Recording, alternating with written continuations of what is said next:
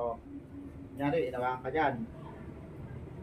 Pwedeng, kung gusto mong mabilisan lang, wala kang intention sa kanyang gantihan siya, pinipilit ka niya. Kunyari, yayain ka sa lugar na hindi mo naman gusto at alanganan yung taong kausap mo. Ginawa ka ng ganyan, ganun lang. Pag hindi bumitaw yung kamay niya, tulak mo ng ganun. Hindi ganun ba?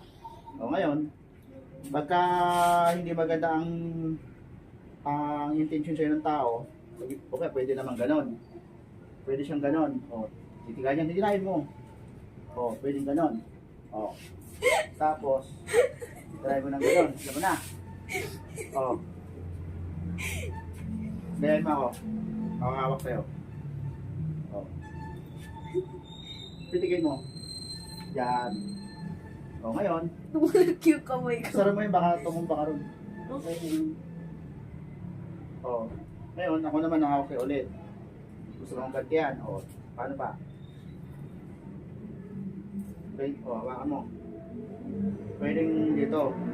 O, sikuin mo ako. Ulitin. Hawakan mo ng ganon. Pwede siyang ganon. Pwede ganon. O, diba? O, ako naman hawak sa'yo. Gawin mo. O, diba? So, ayun guys. Konting ano lang to, konting pagtuturo lang to guys para dun ho sa mga kababaihan na o kahit asawa nyo, kahit basta kayo ay intensyon na saktan o may masamang binabalak sa inyo.